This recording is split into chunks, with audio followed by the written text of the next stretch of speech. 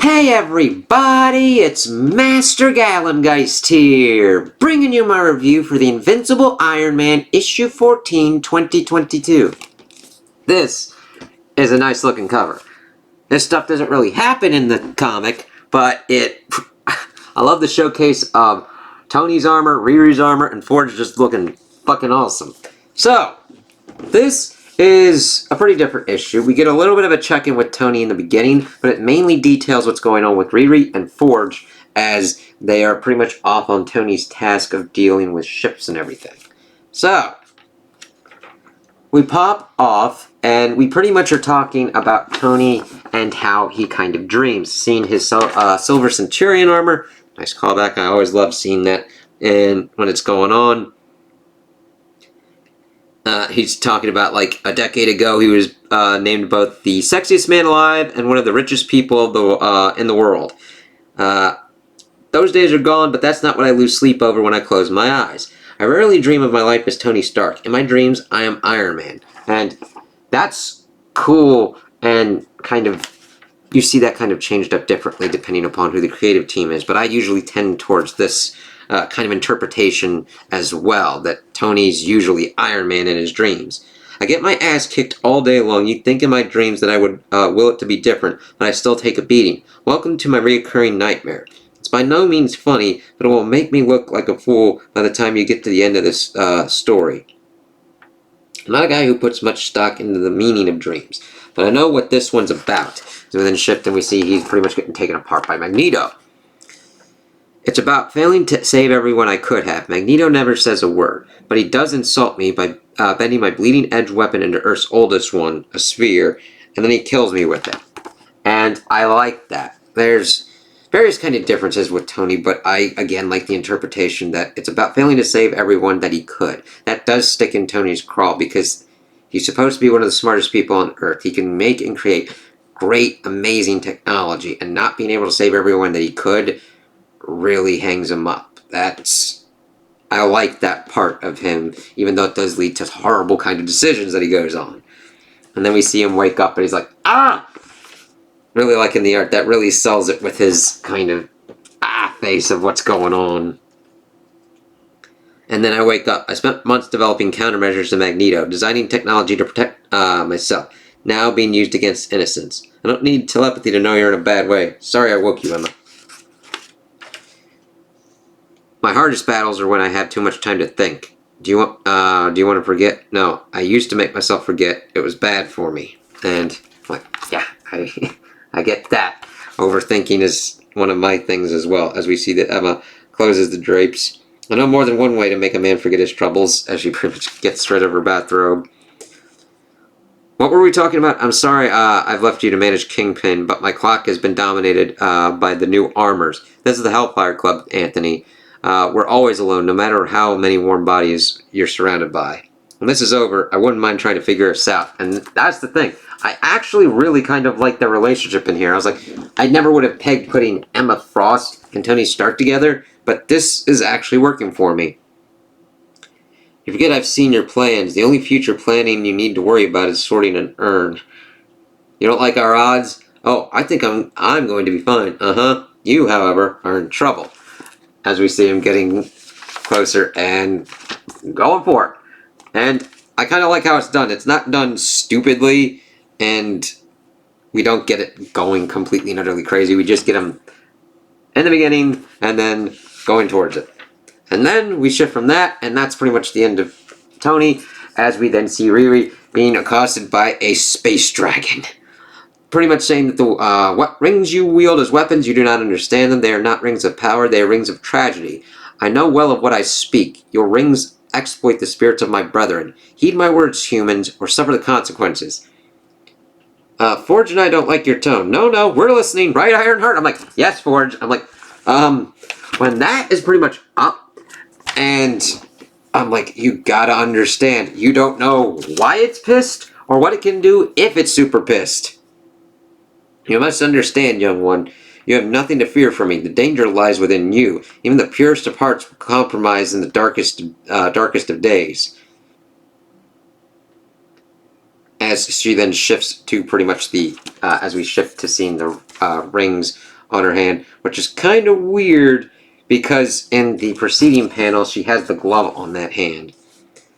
You have 10 curses upon you. They cannot be cleansed, and neither will you when you compromise your heart. The only way to save yourself is to divest yourself of them. Be at peace, as it then flies off, pretty much being like, I wouldn't do that shit. I love it. It's like, she's like, I can handle this shit. And then the space dragon's like, you watch it. Let's go and do some funky ass shit. Peace. And then bugs off. It's like, yeah, okay. You Avengers types have no idea how good you have it. When you're on the X-Men, the only window into the future is an elderly woman wearing a gold helmet and speaking in riddles. She's a bigger bummer than that guy was. It's like, damn, Forge. And I love learning about Forge. I'm like, I'm not against the X-Men. It's just, at some point, there's like too many X-Men comics. Almost like Batman comics. And I love learning about Forge and Emma and Iron Man. It's interesting because I don't feel like it's detracting from Iron Man. There's a fine line where the supporting cast you put in can take over a comic book. That happened to a Ghost Rider comic book I read with Robbie Reyes, and it was fucking weird and bad, and bad to have that happen, where it's like, where the fuck is the character I want to read about? That's not happening in here. This at least takes enough time to be like, hey, here's the check-in, here's what's kind of going on. I knew the rings were alien artifacts, but not ghosts. Happens in our line of work. What are you doing out here? I have to build a great machine out of Mysterium. Ever heard of it? Are you doing a bit? So they get to Nidavellir, home of the Smiths of Asgard. And I was like, alright, let's see what's kind of going on here. Thanks for the hospitality, Zalusk. Yes, well, Atri was here, but he ain't no more. And much as I'd love to help you out and help myself to your leftover Mysterium, it doesn't hurt that you carry letters from Thor and the Avengers. Our forger took so much damage that I can't even be sure they're repaired. As evidently that happened in Carnage, which I don't even fucking know what... I was like, what the shit? And we were just let us take a swing at it. Can't say I like the looks of those smiles. Alright then, let's see what you got. If you can relate these forges, then you can build your ships here. And I'll have that Mysterium deposit. So we see them pretty much get there, do a little bit more talking. Let's see. Saying that they've been cold, many turns of the rock. Fortunately, I'm going to make some machines that will make more machines. Cool. I'll start repairing the structure. Have your people unload the Mysterium. You two are crazy. You can't even smith that metal. Made a necklace out of it for a very discerning woman. A much harder task than spaceships. And then we don't really get much except them getting to it, which I don't mind. If there was a nice kind of story of Riri and Forge kind of working together to kind of build them, that would have been kind of cool and awesome, but that's a different route that could have been taken. This one's definitely good enough because we're like, look at them ships. And of course, in Iron Man colors. Many days later. Well, the dwarves congratulate you on your accomplishments. Quite a feat, and didn't even learn how to forge Mysterium. Which are like, I think our hosts are reconsidering our arrangement. Is that your woman's intuition or those rings of power on your hands? I appreciate you offering to share your Mysterium. Hey, but we talked it over and we'd rather keep it all. And whichever one of you spills your secrets can live. We don't need both of you. And Riri's like, fuck you! And starts blasting with rings. Don't come any closer. You can't talk yourself out of a hammering. No, you fool, you activated my automatic defense leg. I'm like, what? At first, I was like, I thought it was a joke. It could still be a joke, but it's almost played. I taught my artificial leg the best combat, all the best combat on Earth. It literally has a mind of its own. I'm like, I'm more tending to that he actually did do that, which would be kind of crazy that Forge has like a leg that does its own kind of shit, but that's almost funnier and kind of cooler to me. But then we see that the rings pretty much present Riri with the ability. I'm like, I'm going to throw all you fuckers into the void. How about that shit? And then Forge is like, that won't be necessary. Look at them.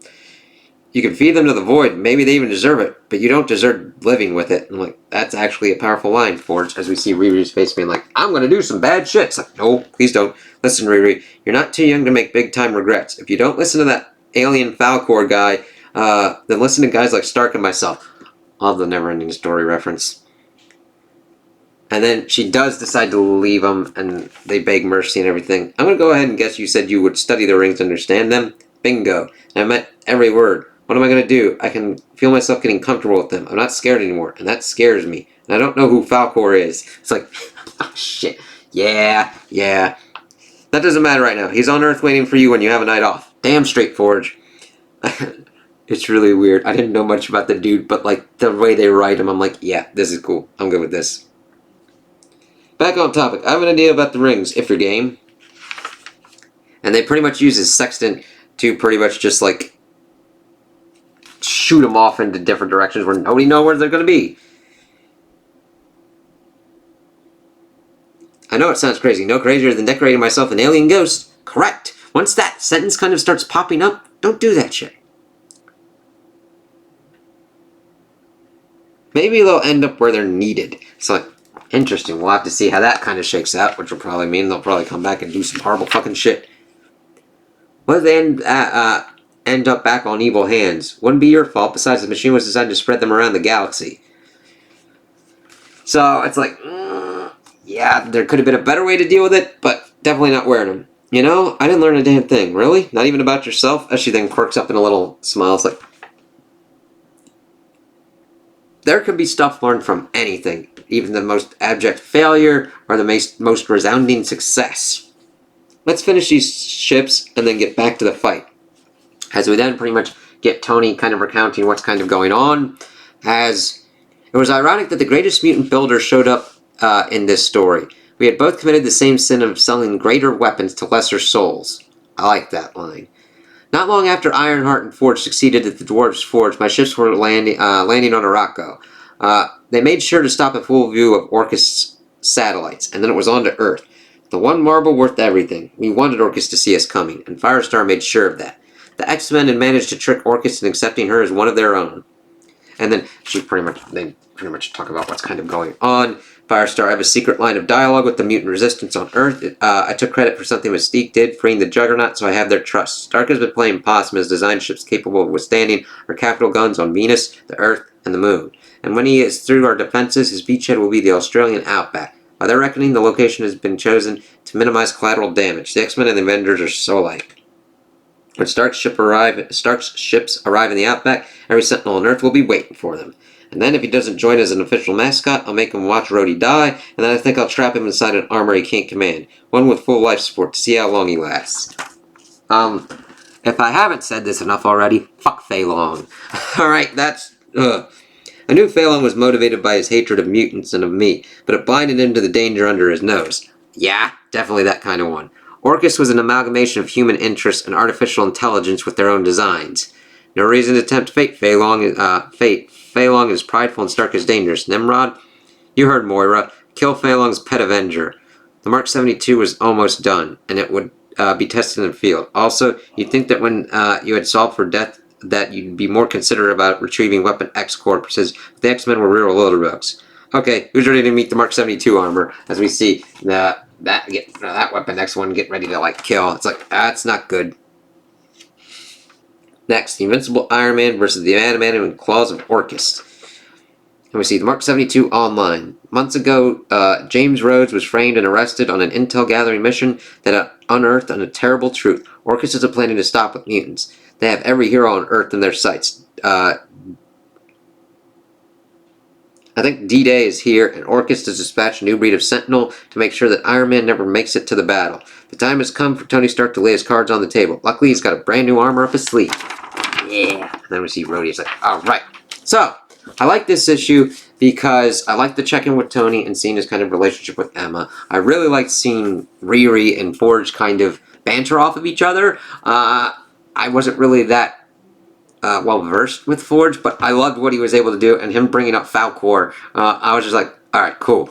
And I loved that we actually had Riri deal with the rings and what they can do. It's like, okay, that's not good, and I'm glad she was able to make the strong decision to get rid of them. That's always a hard kind of thing to do, and you never know what's kind of going to go on. But I like that they did that. We're able to make the ships and get everything moving forward within this arc. I'm liking the pace, actually. I could understand how people could think that this is slow and not really worth it for them, but it's not taking as long as it could. I've seen other ones take far longer and just spin wheels, but I'm like, we're moving. We're going to get Tony his armor for the battle. It's going to be fucking great. I know we got about 2 issues from this issue to get to that, so I can't wait to see it in action and what it can fucking do, because from what I've seen, it looks awesome. So those are my opinions on the issue. Tell me what you guys think in the comments below. If you liked it, if you didn't like it, if you agree with me, if you disagree with me. Also like and subscribe, and I hope you have a good day.